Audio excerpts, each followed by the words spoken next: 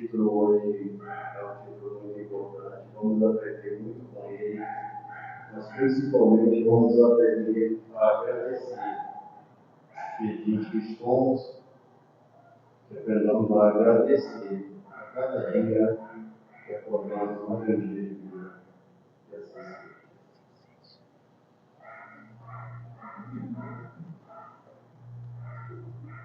Peguei.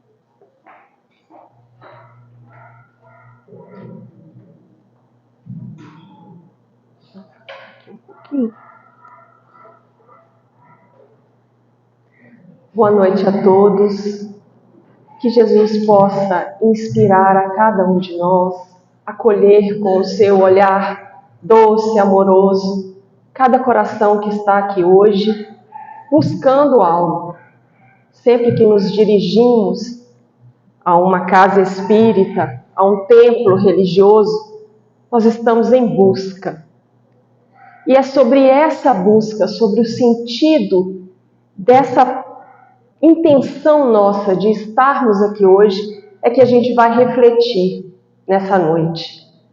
O título desse capítulo do livro Caminho, Verdade e Vida é Pedir. E Jesus, respondendo à mãe de Tiago e André, a Salomé, a respeito de um pedido que ela faz para que os seus filhos possam sentar-se um à direita e outro à esquerda de Jesus no reino em que ele iria implantar aqui na terra, Salomé pede para que eles tenham essa posição de destaque. E Jesus dá essa resposta para essa mãe: não sabeis o que pedis. E ali naquela passagem, ele continua esclarecendo, perguntando se eles poderiam tomar do cálice que ele tomaria aqui na terra. Ou seja, se eles poderiam sofrer as dores que estavam reservadas a Jesus aqui na terra. E eles prontamente, sem saber ainda, sem ter o conhecimento do destino que estava reservado ao mestre, responderam que sim. E Jesus então diz: muito bem, mas quanto ao fato de reservar um lugar especial, de destaque, isso cabe ao Pai, de acordo com as obras e com o merecimento de cada um. Então ele vem esclarecer a essência dos nossos pedidos. Vem nos mostrar que às vezes chegamos aqui na casa espírita e fazemos aquelas longas orações, no nosso dia a dia, no momento do nosso passe ali, pedindo. E o livro dos Espíritos, ele vem nos mostrar que o fundamental não é a quantidade de palavras que a gente emprega na oração, mas é a qualidade do sentimento que acompanha essa oração. Muitas vezes, a oração que nós fazemos sem uma palavra, ela reverbera, ela atinge muito mais alto do que aquela que nós pronunciamos dezenas e dezenas de palavras mecanicamente.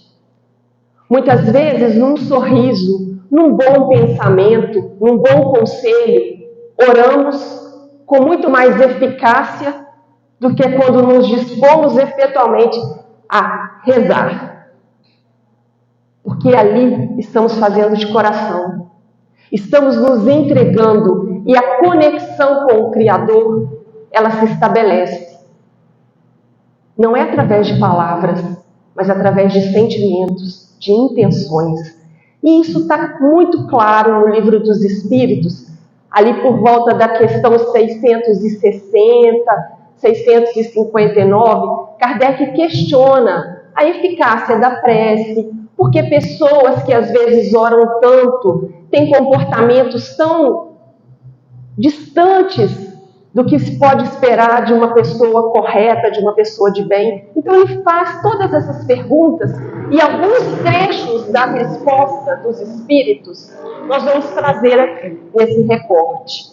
Eles vêm nos dizer que o essencial não é orar muito, mas orar bem, com sentimento, buscando de fato estabelecer essa relação mais íntima com o Criador.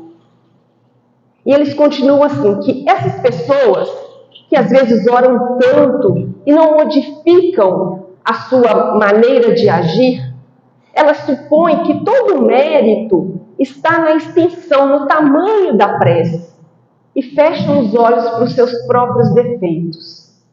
Isso quando não chegam em suas orações apresentando para Deus as supostas qualidades que ela já possui. Senhor, eu sou um filho obediente, dedicado. E ali começam a se exaltar, ao invés de utilizar aquele tempo para exaltar o Criador, para se aproximar dele, começam a destacar aquelas qualidades que acreditam que têm, mas que ali na verdade está faltando a principal, que é a humildade, com que nós devemos nos dirigir ao Pai. Fazem da prece uma ocupação, um emprego do tempo, nunca, porém, um estudo de si mesmas. E esse pedacinho que está grifado aqui é o mais importante, porque através daquilo que nós pedimos ao Pai, quando nós estamos conscientes do que estamos pedindo, nós podemos aproveitar para nos conhecer melhor. Em que aspecto estamos concentrando as nossas orações? No campo material? No campo das conquistas do mundo? Nós nos dirigimos a Deus, ao Pai, pedindo o quê? E outra, imagine se tudo o que já tivéssemos pedido nessa nossa existência tivesse sido realizado pelo Pai. Tudo. Onde nós estaríamos? Será que estaríamos aqui na noite de hoje, buscando conhecer os seus ensinamentos, buscando essa ligação mais íntima com Ele? Ou estaríamos mundo afora desfrutando dos prazeres, desfrutando das conquistas, das possibilidades imensas que o mundo nos oferece de satisfação ilusória? Imagine se o Pai tivesse concedido o que pedimos. O que teria sido de nós? Imagine se um pai concede ao filho tudo o que ele pede. Esse filho vai estudar, vai trabalhar, vai se dedicar a alguma causa nobre, vai utilizar o seu tempo para aprender. Se nós, como pais, que temos uma visão tão limitada, já sabemos que nós não podemos oferecer aos nossos filhos tudo o que eles pedem, porque isso estaria desviando-os do bom caminho, imagine Deus, que além da soberana bondade e justiça, Ele tem um conjunto de leis imutáveis que estão destinadas a reger a nossa vida para nos levar à perfeição. Ele tudo sabe, tudo vê, tudo sente, tudo providencia para que a gente chegue mais rápido a esse objetivo, que é a perfeição que nos cabe alcançar. Então, se nós temos esse cuidado, o Pai, que é muito maior, certamente tem um cuidado muito maior também com cada um de nós. E os Espíritos continuam nessa resposta às perguntas de Kardec, nos dizendo que a ineficácia da prece, quando ela não é ouvida, nesses casos, a ineficácia não é do remédio, mas da maneira por que o aplicam. Ou seja, não é a sua prece que está sendo desatendida por Deus, que está sendo negligenciada pela espiritualidade superior. É o conteúdo dela, que muitas vezes, se for ofertado para você da maneira como você deseja, pode causar muito mais estrago do que evolução na vida de cada um de nós. Nós vamos entrar no texto do Emmanuel, que ele comenta na noite de hoje, no livro Caminho, Verdade e Vida, de uma forma muito abrangente, esse primeiro parágrafo. Ele diz que a maioria dos crentes dirige-se às casas de oração, e aqui é em geral, todas as denotações religiosas, no propósito de pedir alguma coisa. E aí nos cabe avaliar o nosso comportamento. Quando chegamos aqui hoje, chegamos na disposição de oferecer algo a Deus? Chegamos na disposição de servir, de sermos úteis, de pedir para Ele uma oportunidade de aperfeiçoamento do nosso ser, de crescimento? Ou chegamos com uma listinha? Senhor, me atenda nisso. Olhe para fulano, encaminhe ciclano, olhe um emprego para fulano, tire essa dor, esse sofrimento do meu caminho.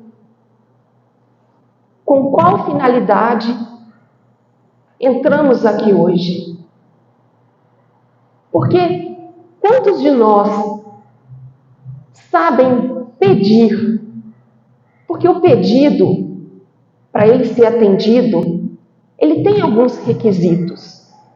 Sempre, e isso está em toda a literatura espírita, nós vamos encontrar nos livros de André Luiz, nós vamos encontrar nos livros de Emmanuel, nós vamos encontrar nos ensinamentos de Jesus. Sempre que uma prece é dirigida ao alto, ela não fica sem resposta.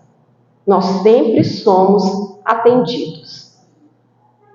Desde que estejamos pedindo em nome do Cristo e não das vaidades do mundo. E é aí que cabe a nossa análise.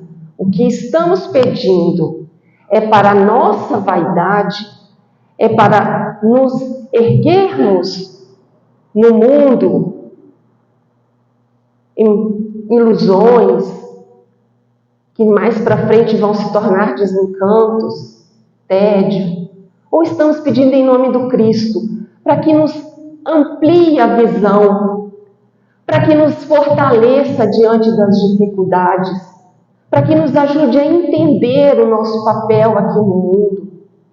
O que estamos pedindo? E ele continua assim: raros os que aí comparecem na verdadeira atitude de Deus, de filhos de Deus, interessados nos sublimes desejos do Senhor. Quais sublimes desejos? Melhoria de conhecimentos. Quantos de nós chegamos aqui com a disposição de aprender, de adquirir conhecimento que vão nos auxiliar na nossa jornada? Segundo tópico, quantos de nós chegamos aqui na disposição de renovar os nossos valores íntimos, de realizar aquela mudança de atitude, aquela mudança na forma de pensar, de encarar as dificuldades? Quantos de nós chegamos aqui pedindo o aproveitamento espiritual das oportunidades que recebemos de mais alto? Todas as dificuldades, todos os tipos de enfermidades, de obstáculos, de pessoas difíceis às vezes que deparamos na nossa existência, tudo é colocado para o nosso aprendizado, para o nosso crescimento, ou como expiação por uma falta que cometemos no nosso passado, ou como uma provação, para que nós possamos ter a certeza que aquele conhecimento que nós interiorizamos, seja aqui em vidas passadas ou no plano espiritual, para que a gente possa ter a certeza de que nós realmente aprendemos. Então aqui são colocadas para a gente, às vezes, algumas provas, algumas situações em que nós vamos ser chamados a mostrar as nossas habilidades que já adquirimos.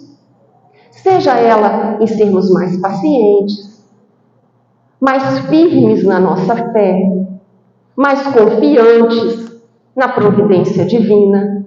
Então, nada é colocado por acaso, nenhuma dificuldade. Mas, às vezes, nós não queremos entender o porquê dessas dificuldades, o porquê desses obstáculos. Nós nos revoltamos, nós blasfemamos e não procuramos enxergar o aspecto didático dessas dificuldades.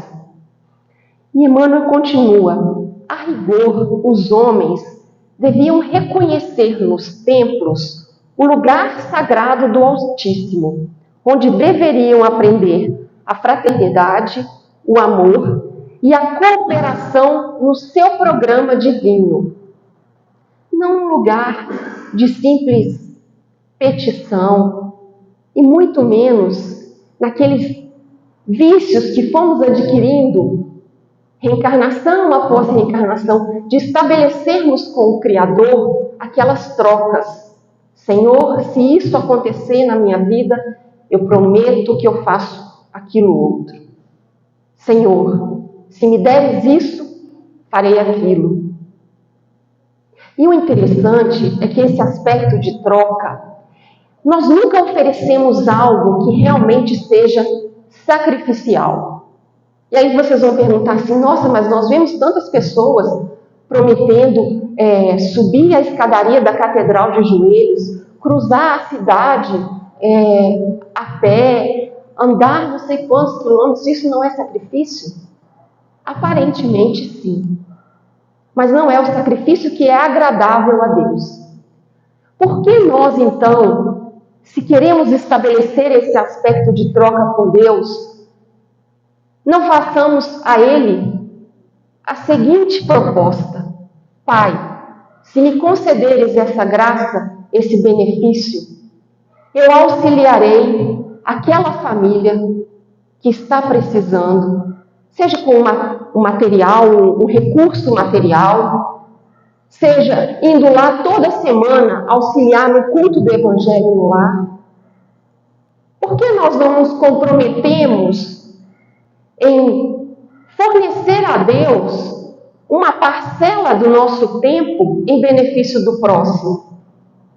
Porque nós estamos acostumados a achar que Deus espera que a gente sofra para merecer algo. E não é verdade. Nós só sofremos quando nós nos desviamos do caminho reto. Se nós modificarmos a nossa forma de entender esse processo com Deus e nos propusermos a auxiliar, nós não teremos necessidade do sofrimento. Se nós sairmos de nós mesmos e olharmos para o próximo com um olhar de compaixão, com a verdadeira intenção de auxiliar, nós não teremos necessidade de ficar sofrendo. Sabe por quê? Porque o sofrimento só dura enquanto dura a imperfeição. E quando nós estamos trabalhando para o próximo, nós estamos trabalhando as nossas imperfeições. Nós estamos nos melhorando. Então é da lei de Deus que o sofrimento se atenue. Porque a causa dele já está deixando de existir. O nosso orgulho já está deixando de existir. O nosso egoísmo já está deixando de existir. Porque estou me doando ao próximo. Então pensemos nisso. Se ainda sentimos necessidade de propor à espiritualidade superior alguma troca, que o façamos em benefício do próximo. Senhor, eu auxiliarei. Senhor, eu cuidarei dessa criança, do futuro dela. Eu auxiliarei esse idoso. Eu irei na casa dessa família fazer o culto do Evangelho no lar. Vamos pensar um pouco nessas propostas. Nós propomos essas trocas muitas vezes acreditando que nós temos o direito de invocar, né, de impor a Deus a nossa vontade. E nós temos, diante desse universo de preces, né, de rogativas que podemos fazer, dois aspectos. Nós temos aquelas preces que são realmente preces direcionadas ao alto, e nós temos o que é chamado pelo Clarencio no livro Entre a Terra e o Céu, invocação, que são aqueles pedidos, né, que não podem ser chamados de prece, essas invocações, que são direcionadas tanto aqui no aspecto da matéria, que elas não têm a capacidade de subir ao alto. Então, essas invocações, muitas vezes, são atendidas por espíritos de ordem inferior, que às vezes vão se comprazer conosco na satisfação daquele desejo. Então, muitas vezes, quando nós nos propomos a realizar esses pactos com essas entidades inferiores, nós não temos a noção de que seremos cobrados no futuro.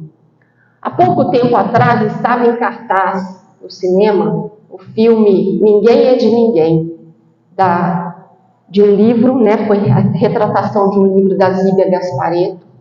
E nesse filme é mostrado com muita clareza esse aspecto, que às vezes a nossa falta de aceitação diante dos desígnios, diante da vontade dos outros, ela nos leva a fazer vinculações com espíritos trevosos.